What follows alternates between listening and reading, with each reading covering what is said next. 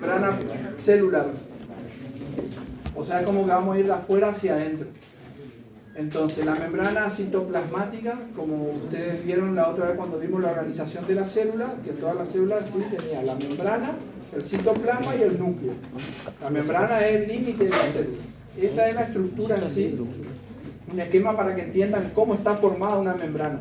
Una doble capa fosfolipídica, ¿sí?, que tiene proteínas en su pared, y por afuera también pueden haber elementos como por ejemplo receptores o por ejemplo hidratos de carbono formando una capa, ¿sí? Pero es más o menos para que tengan una idea de cómo está formada entonces la membrana citoplasmática. Otra vez hacemos un repaso de lo más importante y todo lo que vamos a ver este año, ¿sí?, en biología, que es todas las partes, y entre esas entonces una célula eucariota, la característica que presentaba un núcleo, ¿sí? Esa célula tiene un límite que es la membrana plasmática, ¿sí?, o membrana citoplasmática. Esa membrana entonces, ¿sí?, es la que rodea todas las células, sería la membrana externa, ¿sí?, de todas las células, por eso se llama membrana plasmática, está por fuera del citoplasma. Adentro de la célula hay estructuras que también tienen en su estructura la misma característica de la membrana plasmática, ¿sí? Es un sistema de endomembrana, se llama de endo porque están adentro, pero tiene la misma característica que la membrana plasmática, ¿sí? Bien, dentro de ese sistema de endomembranas encontramos al retículo endoplásmico liso, al rugoso, al complejo de Golgi y a las vesículas. De hecho, esas vesículas vienen y van desde el Golgi y el RER a la membrana y viceversa. ¿Está? Otra estructura que cuenta con membrana también dentro de la célula es el núcleo, que tiene la membrana nuclear. ¿Está? Bien.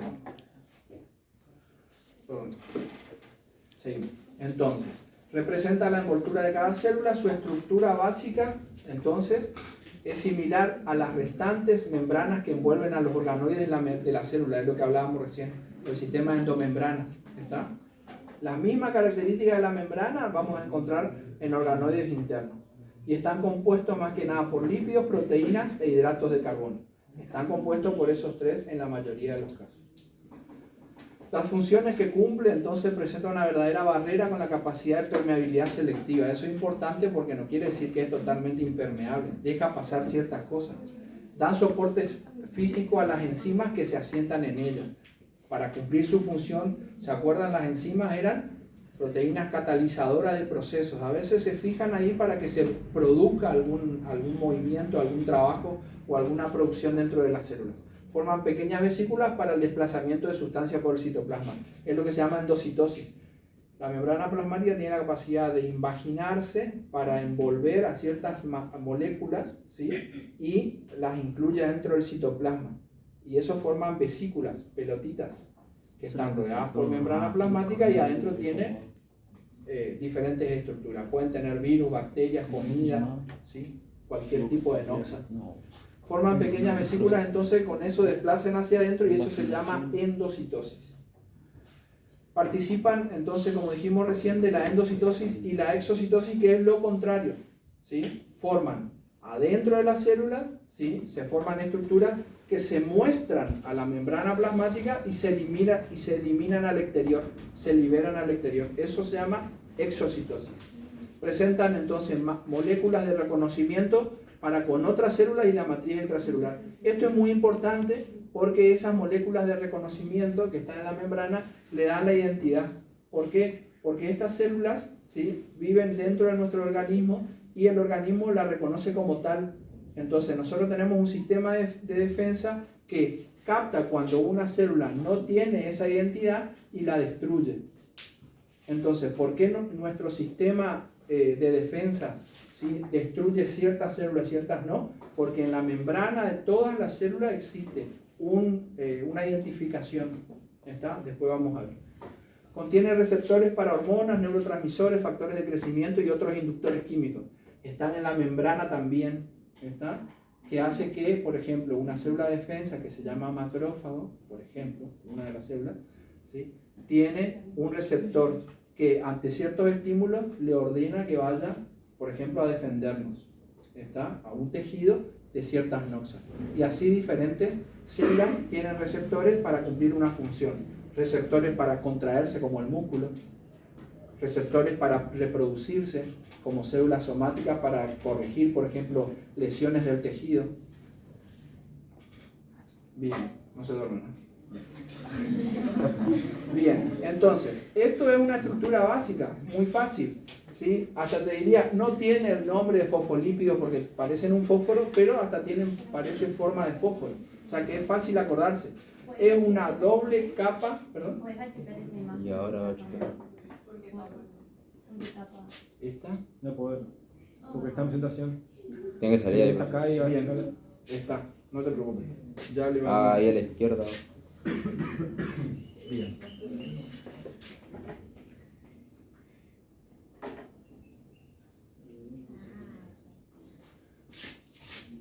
La verdad que estoy cada vez más preparado para esto, ¿no? Bueno, entonces, esa es la estructura básica, doble capa, ¿sí? Fosfolipídica. ¿Está? Tiene dos capas de lípidos, esa es la estructura básica, ¿sí? Se llaman fosfolípidos, pero porque la estructura tiene fosfato y lípido, ¿está?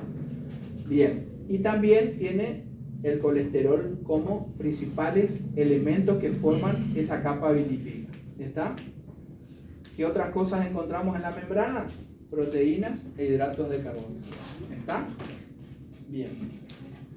Los fosfolípidos entonces que encontramos en la membrana, encontramos los que encontramos en la capa externa y los que encontramos en la capa interna, ¿sí? Esto por ahí puede ser una pregunta para el 10, ¿está? O sea, en un examen vos tenés preguntas muy fáciles, preguntas más o menos y preguntas difíciles, ¿sí? Entonces, el que estudió mucho y sabe todo, se saca un 10. Que es saber cuáles son los fosfolípidos que encontramos en la capa externa y cuáles son los que encontramos en la capa interna. Dentro de lo que encontramos en la capa externa, la esfingomielina y el fosfatidilcolina, y en la capa interna, entonces encontramos fosfatidilinositol, fosfatidiletolamina y fosfatidilserina. ¿Está? Bien, acá ya empezamos a ver, ¿sí?, cómo ese fosfolípido, ¿sí?, tiene una cabeza hidrofílica y dos piernas hidrofóbicas. La hidrofílica es la que entra en contacto con el agua, puede interactuar con el agua, y la hidrofóbica es la que repele el agua. Eso quiere decir que si en esta doble capa la cabecita hidrofílica está por fuera, afuera hay agua y adentro no hay agua. ¿Está? Porque es un centro hidrofóbico. ¿Está? ¿Qué querés que haga? No sé de lo que está escrito. Te dicto, cola hidrofóbica.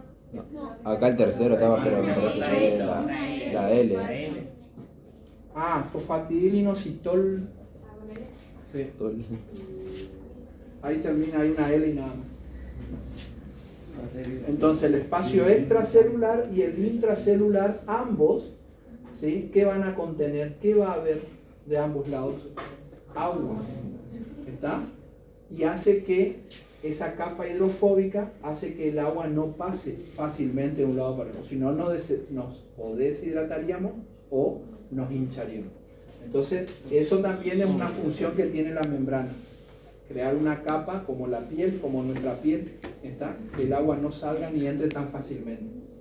¿Estamos hasta ahí? Sí. Puede haber preguntas de eso. Con respecto a las proteínas que encontramos, bueno, se encuentran en igual proporción que los lípidos según su ubicación, ¿sí? La mayoría como glicoproteínas, o sea, unidas a glúcidos, ¿está? Se clasifican en integrales cuando van de lado a lado. Eso quiere decir, por ejemplo, ¿sí?, a ver, en esta imagen, por ejemplo, esto puede ser una proteína integral, porque va de lado a lado, ¿está?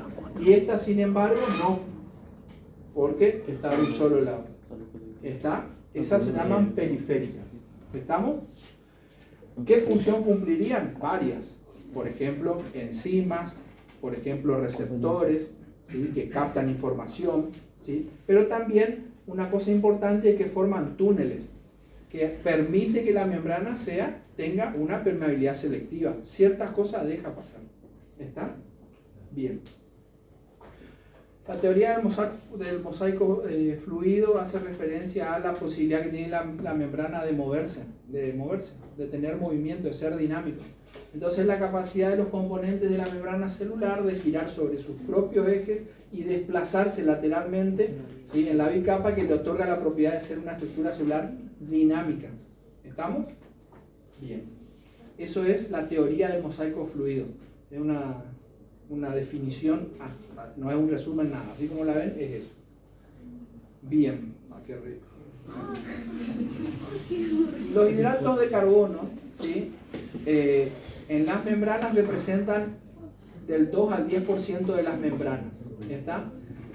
Esto les quiero aclarar porque me parece que les por ahí podía generar dudas. Cuando dice se encuentran en igual proporción, no quiere decir que hay la misma cantidad de hidratos de carbono que de lípidos. Quiere decir que en todas las membranas hay la misma proporción entre lípidos, hidratos de carbono y proteínas. ¿Está? O sea, los porcentajes se mantienen. En este caso, por ejemplo, los hidratos de carbono ocupan entre el 2 y el 10% de las membranas. ¿Está? ¿Cómo lo vamos a encontrar? Como glicolípidos, cuando se unen, por ejemplo, a los lípidos, más que nada en el sistema nervioso central, donde encontramos a los cerebrósidos y a los gangliósidos, y uniéndose a proteínas como glicolípidos. ¿Está? Uno de los más importantes es el glicocálice, ¿sí?, que después vamos a ver. Protegen a las membranas, ¿sí?, de las enzimas hidrolíticas. Hay enzimas, ¿sí?, que cumplen una función de degradar, de romper estructuras o macromoléculas. Esas son las enzimas hidrolíticas, que son las que actúan, por ejemplo, en la luz del intestino, degradando los alimentos a la mínima expresión como para que se puedan absorber. Ahí actúan esas enzimas hidrolíticas que son tan agresivas que nuestra propia célula se tiene que defender.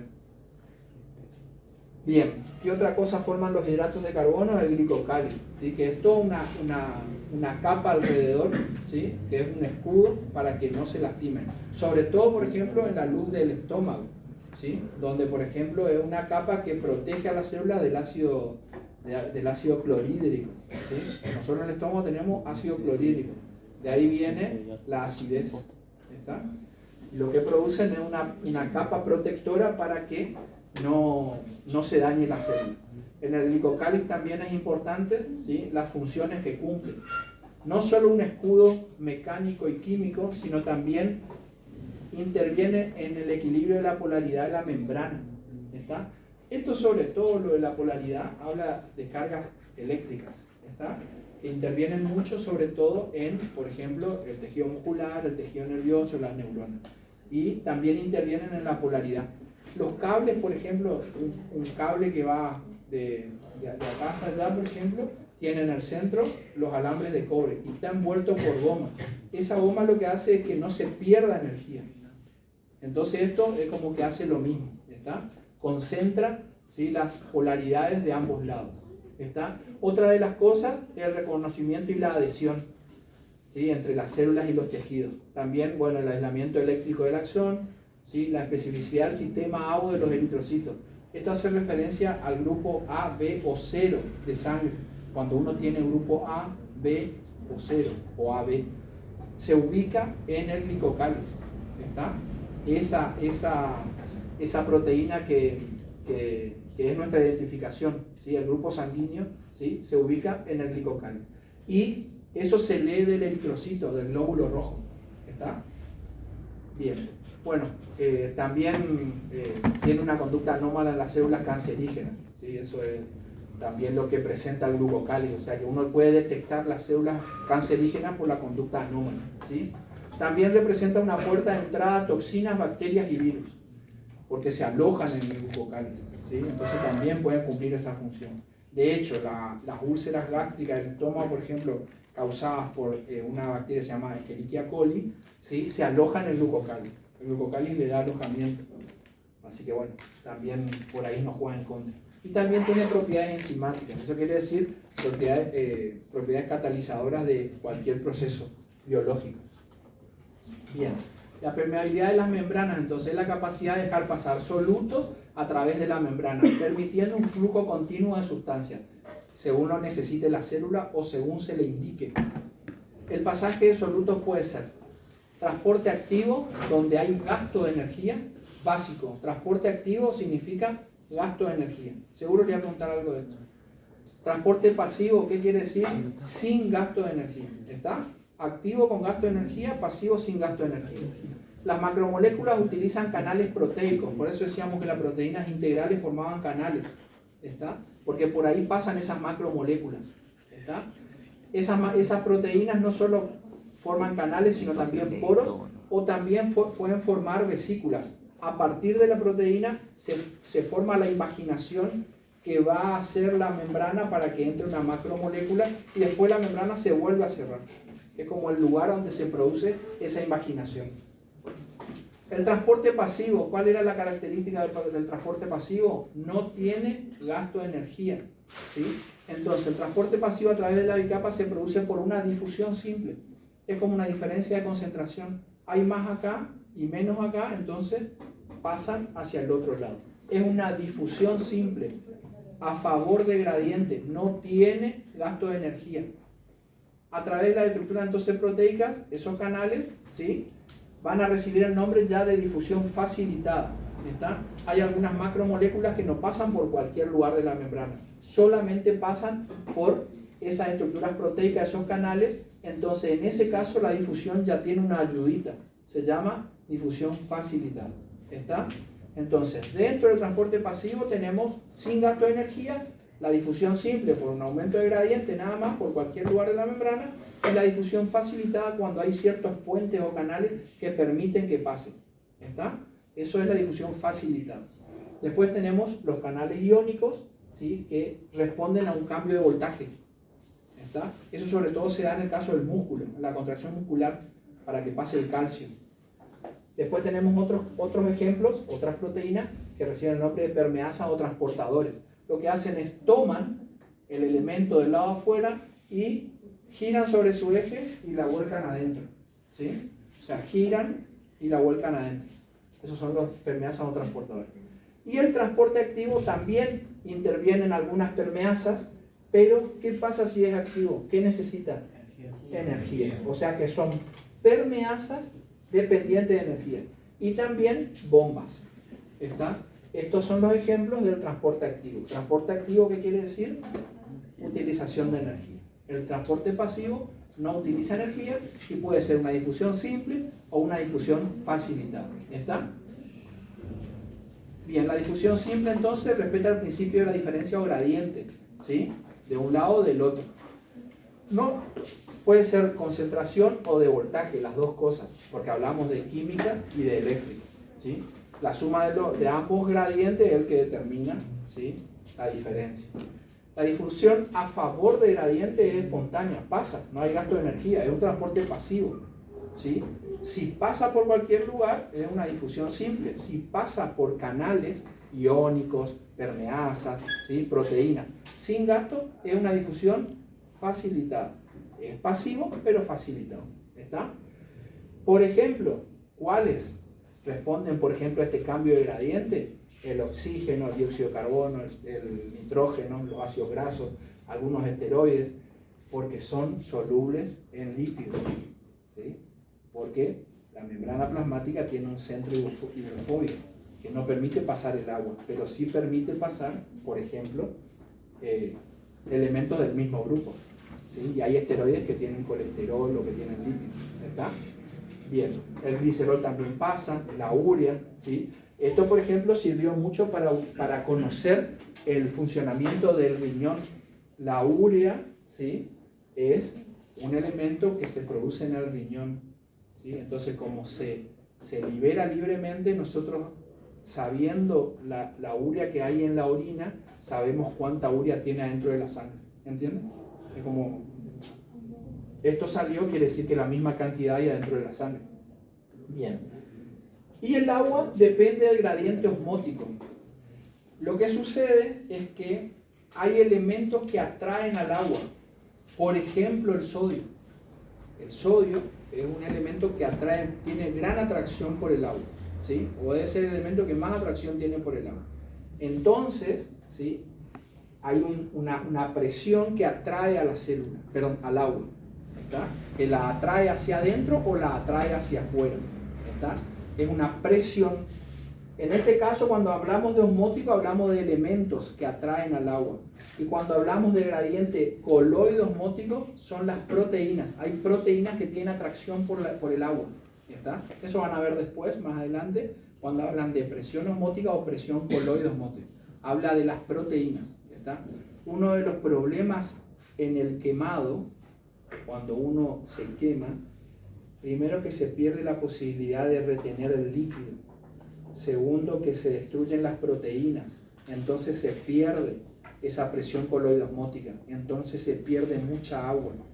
El quemado se deshidrata muy fácilmente. Y la difusión facilitada es un transporte pasivo porque no requiere, ¿sí?, el gasto de energía, pero sí lo que se produce por medio de facilitadores. Por eso se llama difusión facilitada. Por ejemplo, canales proteicos, permeasas, canales iónicos, ¿está?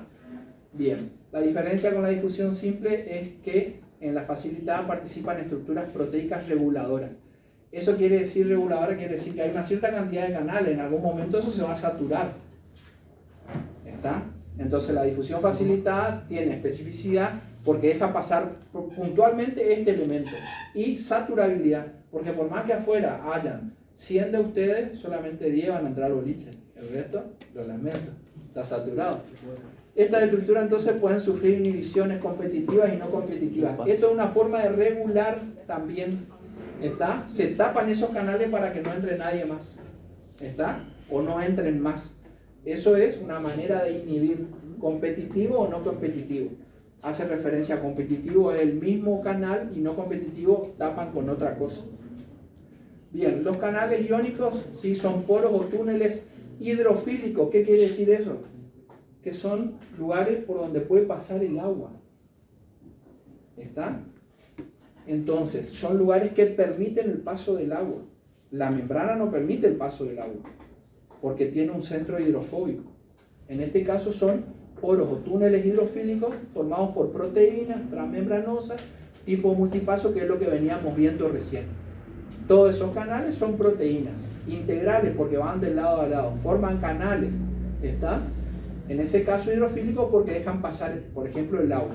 Son altamente selectivos, solamente va a pasar la glucosa por uno, y por el otro solamente va a pasar otro alimento o otra estructura. Son muy específicos, ¿está? Y selectivos. Existen de dos tipos los canales iónicos. Tenés los dependientes de ligando. Eso quiere decir que la sustancia es la inductora. Llega la sustancia y hace que el canal se abra para que pase. Y otras que son dependientes de voltaje. Hace referencia a que tiene que haber un estímulo eléctrico, ¿sí? Hay un cambio en el potencial eléctrico.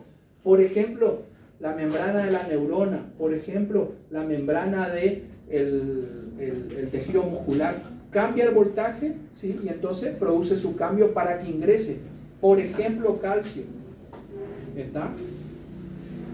Bueno, en los casos de los ionóforos son sustancias que aumentan el paso de los iones. ¿Sí? Otro tipo, ¿está? De transportadores. ¿Está? Son móviles y formadores de canales, no hay problema con eso. Esto no le voy a preguntar. Pero acá sí, para por ahí tener en cuenta, sí, la importancia de que la membrana es impermeable, ¿está? El agua pasa por las acuaporinas. Hay lugares por donde pasa el agua, no pasa por cualquier lugar, ¿está? Entonces existen canales específicos, por ejemplo, para el agua, ¿está? Bien, con respecto a las permeasas, que eran proteínas integrales que actuaban como canales para el paso de moléculas. Son proteínas entonces transmembranosas, tipo multipaso, pueden ser específicas para uno o dos solutos, pero son muy específicas. Cambian su estructura para que pase, ¿está? Existen tres clases.